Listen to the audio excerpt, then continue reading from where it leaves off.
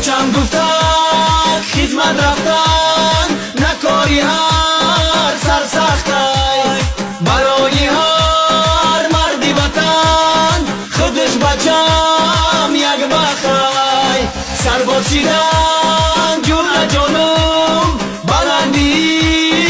اقبالای در بینی دوست و دشمن میدانی که یک نالای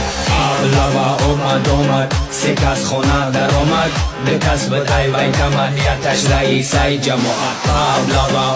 اومد سک از خونه در آمد به کسب دای وی کمالیتش رئیسای جماعت بگریزم لوا آمد خونه مدر در آمد کرمدایی وی کمت خطی رئیسای جماعت بگریزم لوا آمد خونه مدر در آمد کرمدایی وی کمت خطی رئیسای جماعت